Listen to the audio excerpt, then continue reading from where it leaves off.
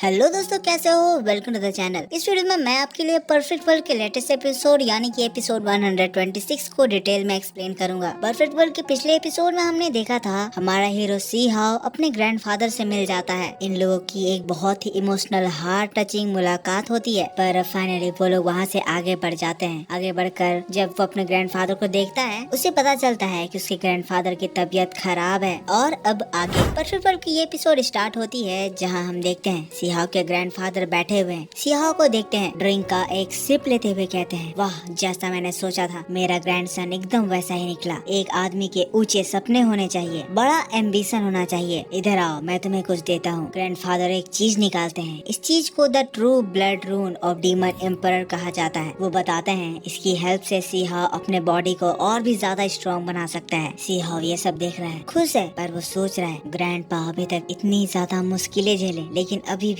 जब वो मुझे मिले हैं सिर्फ और सिर्फ मेरे बारे में सोच रहे हैं। तो फिर सिहाओ भी एक ट्रेजर बुक निकाल लेता है। कहता है, ग्रैंडपा मेरे पास ये चीजें हैं, मैंने इसको एक ड्रैगन मैस्टिफ से हासिल करा है, पर मैं इसको समझ नहीं पा रहा हूँ। जरा आप इसको देखकर ट्राई कीजिए ना। उसके ग्रैंडफादर देखते हैं, कहते हैं, ये चीज, इसमें थंडर लो की मिस्ट्री लिखी हुई है। ये जरूर ही एक लेगेसी है जो कि ड्रैगन मैस्टिफ के द्वारा छोड़ दी गई है। इसको अकेले रिफाइन नहीं करा जा सकता है। चलो इसको साथ मिलकर रिफाइन करने की कोशिश करते हैं। जिसके बाद ये दोनों ही इस चीज को रिफाइन करने के लिए बैठ जाते हैं। जिसके बाद दोनों के ही झटके पड़ते हैं, पर ये लोग साथ में ट्रेनिंग करके बहुत ही ज्यादा खुश होते हैं। ग्रैंडफादर और ग्रैंडसन का एक मैजिकल पल चल रहा है। साथ ही साथ हम इन दोनों की एक पावरफुल कल्टीवेशन देखते हैं। और फिर दोस्तों हम लोगों को इस कल्टीवेशन का रिजल्ट दिखाई पड़ने लगता है। सिहाओ की एनर्जी जो इस कल्टीवेशन से रिस कर नीचे गिर रही है, जमीन में बहुत ही सुंदर प्यारे प्यारे फूल खिल उठते हैं। इससे हमें ये समझ में आता है कि सिहाओ को रीजनरेशन पावर मिल गया है और इस पावर का रियल नाम 4 law of heavenly dividing thunder है। तब सिहाओ हम लोगों को इस पावर का जलवा दिखाता है, जहां हम देखते हैं सिहाओ अपने रीजनरेशन के साथ साथ इसकी न्यू डिस्ट्रक्टिव पावर भी दिखाता है। सिहाओ लाइटनिंग एंड वाटर को दोनों को कंट्रोल करना सीख गया है। इसकी कल्टीवेशन पूरी हो गई है। सिहाओ खुद से नीचे उतर गया है, उसने न्यू पावर अचीव करी है। फिर अपने ग्रैंडफादर को देखता है जो कि अभी भी लगातार उस कल्टीवेशन में लगे हुए हैं। वो भी बहुत हैवी एनर्जी एब्जॉर्ब कर रहे हैं। और तब हम सिहाओ के ग्रैंडफादर को देखते हैं जिसकी इस कल्टीवेशन से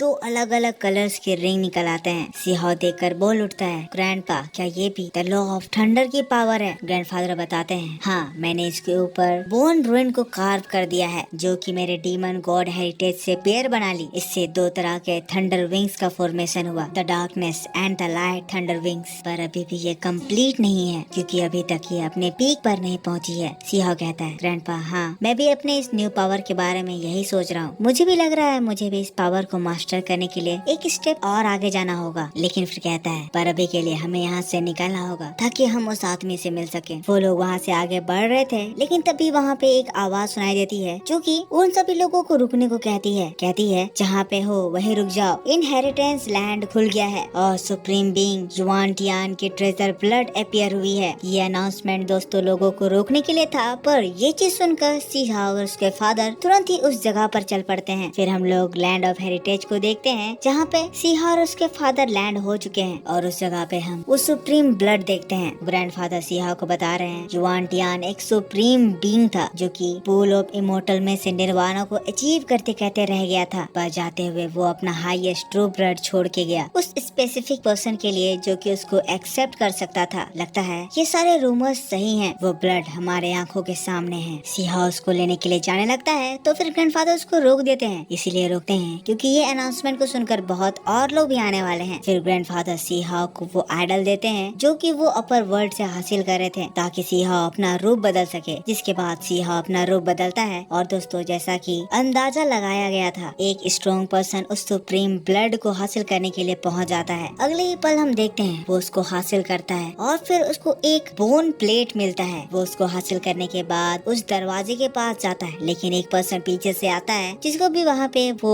बोन प्लेट मिलता है और फिर वो दोनों उस लैंड ऑफ हेरिटेज के एंट्रेंस में एंटर होने लगते हैं। लेकिन अगले ही पल हम एक धमाका देखते हैं, जिसके बाद वो दोनों पर्सन उस पोर्टल से बाहर फेंक दिए जाते हैं। इस वक्त उन दोनों ही पर्सन की मौत हो चुकी है। अब इसके बाद हमें समझ में आता है कि ये दोनों बेवकूफ थे जो कि इस ट्रैप में फंस गए, क्योंकि यहाँ पे ऑलरेडी बहुत सारे लोग थे जो कि इस जगह उस बोन को हासिल करने के लिए इस चीज को पूरी तरह से एनालाइज कर रहे थे। ये जानकर ये समझ गए कि यहाँ पे एक ट्रैप लगा हुआ है और एंट्रेंस यहाँ से नहीं है, जिसके बाद वो लोग वहाँ से चले जाते हैं। पर उसी के बाद हमें एक मोटे से पर्सन को दिखाया जाता है जो कि उन डेड बॉडीज के पास आता है और उनमें से एक बोन प्लेट को उठा लेता है। लेकिन उसी वक्त हम सी हाउस के ग्रैंडफादर को देखते हैं जो कि वहाँ पे आ जाते हैं, जो कि उस मोटे से कहते हैं, क्या तुमने यहाँ पे ये ट्रैप लगा कर रखा था? वो पर्सन कहता है, मुझे नहीं पता तुम क्या बात कर रहे हो, लेकिन मुझे ये बोन प्लेट चाहिए थी। यहाँ पे मुझे दो मिल गई, अगर तुम चाहो तो एक रख सकते हो, मैं एक लेकर चलता हूँ। और फिर वो लड़का तुरंत ही वहाँ से भाग जाता है। सी हाउ कहता है, ये लड़का तो बहुत ही ज्यादा केयरफुल है, अपना काम बनते ही कोई भी स्नेक अटैक से बचने के लिए वो तुरंत यहाँ से चला गया। लेकिन सी हाउ को ये मौका नहीं मिलता है, क्योंकि फिर हम देखते हैं होली फेदर क्लैन का फर्स्ट जनरेशन का बंदा वहाँ पे आ जाता है, जो कि कहता है, तुम दोनों नेमलेस कल्टीवेटर्स, तुम्हारी हिम्मत कैसे हुई यहाँ एक ट्रैप सेट करने की? चुपचाप वो बोन प्लेट मेरे हवाले कर दो, वरना मैं तुम्हें यहीं पे मार डालूंगा। तो फिर सी हाउ के ग्रैंडफादर बोलते हैं, कहते हैं, तुम तो यहाँ पे हम लोगों से पहले आए हुए हो, तुम्हें तो पता होगा ट्रैप किसने सेट किया है। अब जब ये बोन प्लेट हमारे पास है तो तुम इससे हमसे छीनना चाहते हो? सी हाउ कहता है, भूल जाओ, ये बोन प्लेट तुम्हें हमसे बिल्कुल भी नहीं मिलेगा। पर ये बात सुनकर वो आदमी गुस्सा आ जाता है और अपना एक स्क्रॉल बाहर निकाल लेता है। हम देखते हैं उस स्क्रॉल में से मैची निकलती है, जो कि उन लोगों के ऊपर आग बरसाने लगती है। लेकिन सी हाउ को इससे बिल्कुल भी घबराहट नहीं होती। वो अपने ग्रैंडफादर से कहता है, इस आदमी को मेरे हवाले छोड़ दीजिए, आप बस अभी देखिए कि हम लोगों ने जो नया ट्रेनिंग किया है उससे मैं क्या सीखा हूँ। अब इसके बाद सी हाउ अपना वेसल ट्रेजर बाहर निकाल लेता है और फिर उस बंदे ने जो भी फायर अटैक करा था उसका वो ट्रेजर उन सारे अटैक्स को एब्सॉर्ब कर लेता है। फिर सी हाउ उसके पास जाता है, कहता है, जैसा कि तुमने हमारे ऊपर पहले हमला किया, अब मैं तुम्हें मारने में बिल्कुल भी होल्ड बैक नहीं करने वाला हूँ। सी हाउ अपना थंडर स्पेयर बाहर निकाल लेता है, लेकिन ये चीज को देखकर वो बंदा घबराता है, तुरंत ही वहाँ से भागने लगता है। सी हाउ कहता है, तुम्हें क्या लगता है तुम्हारे पास सिर्फ विंग्स है? सी हाउ भी अपना विंग निकालता है और फिर उस आदमी को मारने के लिए उसका पीछा करने लगता है। पर वो बंदा आगे जाकर रुकता है, सी हाउ के ऊपर हमला करता है, पर सी हाउ उसके अटैक को रोक देता है। सी हाउ के वेपन से उसका अटैक टकराते ही उसकी ये दो तलवारें उड़ जाती है। लेकिन इसकी ऐसी पावर है कि वो अपने स्वॉर्ड को दोबारा अपने पास बुला लेता है। दोबारा वो सी हाउ के ऊपर डेडली अटैक्स करने लगता है। लेकिन जब दोबारा वो सी हाउ के ऊपर और एक हमला करने आता है, सी हाउ अपना स्पीयर हटाता है और फिर अपना new for low of thunder वाला अटैक यूज करता है। अगले ही पल हम देखते हैं एक पानी का बैरियर उस बंदे को कैद कर लेता है और दूसरे पल फायर लोटस और उससे बनी ये स्पीयर सी हाउ के सारे पर उस बंदे को एक ही वार में खत्म कर देती है। जिसके बाद उस बंदे का भी तलिस्मान वापस से स्पॉन पॉइंट में रिटर्न हो जाता है और फिर उस जगह पर भी हमें उसी क्वीन क्लैन के मास्टर को दिखाया जाता है, जो कि इससे भी पूछता है, तुम्हें क्या हुआ? क्या तुम्हें भी वही डीमन किंग हरा दिया जो कि लाइट एट्रीब्यूट यूज करता था? वो आदमी कहता है, हाँ, और जब इसे पता चलता है कि इससे पहले वो 3 जीनियसेस को हरा चुका है, ये बात जानकर वो सभी लोग बहुत ही ज्यादा शॉक्ड हो जाते हैं। लेकिन फिर ये क्वीन क्लैन का मास्टर कहता है, कोई बात नहीं, वो बंदा जो भी है बहुत ज्यादा ताकतवर है। और उसी के बाद ये सुप्रीम ब्लड अपीयर हुआ, पर चिंता मत करो, अगर वो उस ब्लड को हासिल भी कर लिया तो भी वो यहाँ से जिंदा बचकर भाग नहीं पाएगा। सीन दोस्तों यहाँ से शिफ्ट हो जाता है। हम लोगों को सी हाउ और उसके ग्रैंडफादर को दिखाया जाता है, जिनके पास अब ये 2 बोन प्लेट्स आ गए हैं। वो लोग इस बात से बहुत खुश हो रहे हैं, लेकिन तभी उन्हें एक आवाज सुनाई देती है। आखिर एक चोर तो चोर ही होता है। जिसके बाद हम एक बहुत ही स्ट्रॉन्ग पर्सन को वहाँ पे अपीयर होते देखते हैं, जो कि वहाँ पे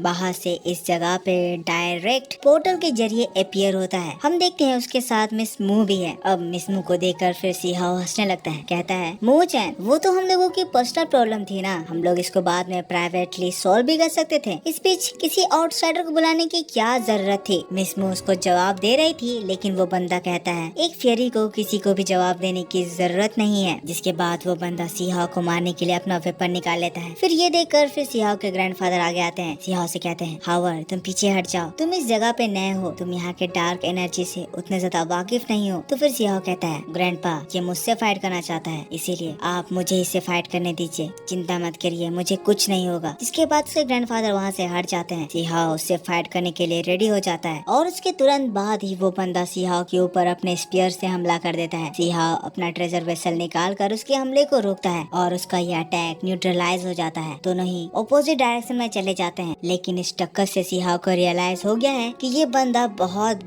ज्यादा स्ट्रॉन्ग है। वो अपने मन में भी सोच रहा है, शायद ये बंदा मेरी जिंदगी में मैं जितने भी ओपोनेंट से मिला हूँ उन सबसे ज्यादा ताकतवर है। ग्रैंडफादर में अभी भी डेथ एनर्जी है, मैं उनको इस फाइट में इंक्लूड नहीं करना चाहता, इसीलिए मुझे इसको अकेले निपटाना होगा। हम इसके बाहर देखते देखते हैं जहाँ स्पॉन एरिया में सीहाओ के इस फाइट को सभी लोग देख रहे हैं। वो लोग जानते हैं ये बंदा बहुत ही ज्यादा ताकतवर है, पर सीहाओ इससे फाइट कर पा रहा है, इसीलिए ये लोग बहुत ही ज्यादा शॉक्ड हैं। और ये बंदा जिसका नाम दी चो है वो भी सीहाओ की पावर को देखकर शॉक्ड है, लेकिन अगले ही पल वो सीहाओ के ऊपर हमला करता है और हम लोग इसका भयानक हमला देखते हैं। पर दोस्तों हमारा सीहाओ भी इससे बहुत ही ज्यादा कूल तरीके से बचता है। ये देखकर वो बंदा कहता है, लड़के तुम बस मेरे अटैक को अवॉइड कर सकते हो, पर कितनी देर तुम अपनी जान मुझसे बचा पाओगे। और फिर दोस्तों दोनों के वेपन्स टकराने लगते हैं। बहुत ही भयंकर फाइट होने लगती है। सीहाओ के ग्रैंडफादर जो नीचे से ये देख रहे हैं वो ये धमाका देखकर घबरा रहे हैं, लेकिन दोस्तों सीहाओ एक्साइटेड है। वो अपने स्पीयर से फीनिक्स अटैक से हमला करता है। इन लोगों के बीच में भयंकर फाइट होने लगती है, जिससे कि ये जगह डिस्ट्रॉय होने लगता है। अब ये बंदा सीहाओ की भी इन टैक्टिक्स को देखकर समझ गया है कि सीहाओ बहुत ज्यादा पावरफुल है। कहता है, मैं तुमसे इम्प्रेस हुआ, तुम अपने वीकनेस और अपने पावर को बहुत ही अच्छी तरह से जानते हो। लेकिन तभी सीहाओ तुरंत ही उसके ऊपर हमला करता है और एक बार फिर से उन लोगों की भयानक बैटल स्टार्ट हो जाती है, जहाँ ये बंदा सीहाओ के ऊपर एक किलर हमला करता है, जिसका अब हम इफेक्ट देखते हैं, जहाँ सीहाओ के हाथ पूरे खून हो जाते हैं। और बस दोस्तों इसी फाइट के बीच में ही ये एपिसोड इसी जगह पर खत्म हो जाता है। आई होप आपको वीडियो पसंद आया होगा। पसंद आया है तो वीडियो को लाइक करना। इसका नेक्स्ट एपिसोड का ट्रेलर एक्सप्लेनेशन भी आएगा। अगर